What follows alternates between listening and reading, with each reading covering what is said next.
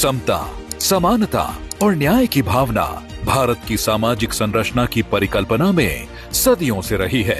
आधुनिक भारत में बाबा साहेब डॉक्टर भीमराव अंबेडकर ने इसकी राह में अन्याय, अभाव और अज्ञानता को बाधक बताया था। इन्हीं बाधाओं को दूर करने के लिए वे आजीवन न्याय और ज्ञानवान समाज बनाने पर जोर देते रहे थे।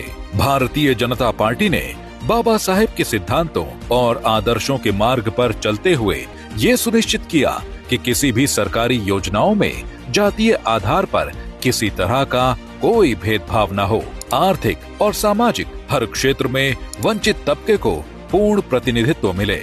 बाबा साहेब के समावेशिता और न्याय संगत विकास के सिद्धांतों के अनुरूप पूर्व प्रधानमंत्री अटल जी ने अपने कार्यकाल में अनुसूचित जनजाति समुदायों के समग्र विकास के लिए एक अलग मंत्रालय और पूर्वोत्तर की प्रगति के लिए पूर्वोत्तर क्षेत्र विकास मंत्रालय की स्थापना की थी।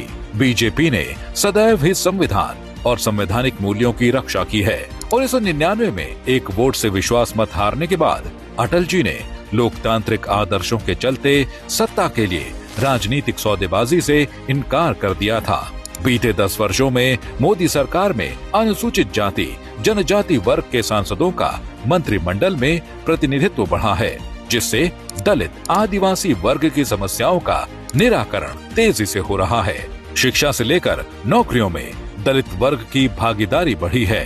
प्रधानमंत्री नरेंद्र मोदी जी ने साल 2015 से 26 नवंबर को संविधान दिवस मनाने की परंपरा शुरू कर युवा पीढ़ी तक संविधान के प्रति सम्मान और उसके मूल्यों को पहुंचाने का उल्लेखनीय काम किया है।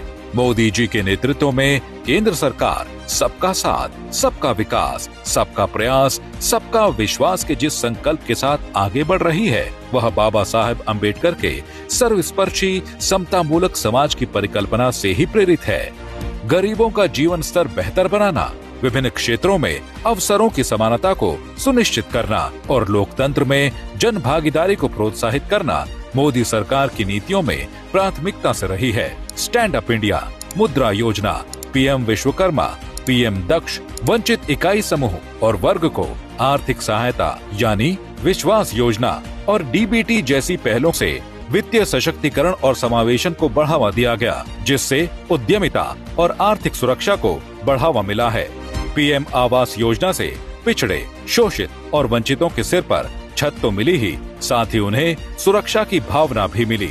हर घर नल से जल पहुंचा, शौचालयों का निर्माण हुआ। प्रधानमंत्री सहज बिजली हर घर योजना से हर वो घर रोशन हुआ जो इससे वंचित था।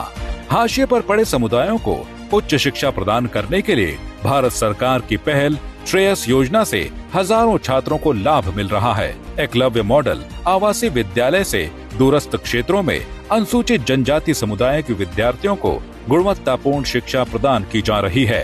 लंबे समय तक बाबा साहेब के नाम पर राजनीतिक हित साधने वालों ने उनके विचारों को कभी भी मूर्त रूप नहीं दिया, लेकिन मोदी सरकार में बाबा साहेब के जीवन से जुड़े प्रमुख स्थलों को पंचतीर्थ का रूप दिया गया, जिससे सामाजिक न्याय की दिशा में काम करने की प्रेरणा लंबे समय तक मिलती रहेगी।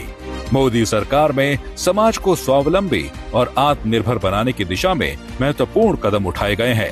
समाज का प्रत्येक कमजोर वर्ग जैसे जैसे स्वावलंबन और आत्मनिर्भरता की राह पर चल रहा है, उसके जीवन से अभाव का अंधकार छट रहा है और यही विकसित भारत की मजबूत नींव है, जिसके बारे में बाबा साहेब हमेशा कहा करते थे।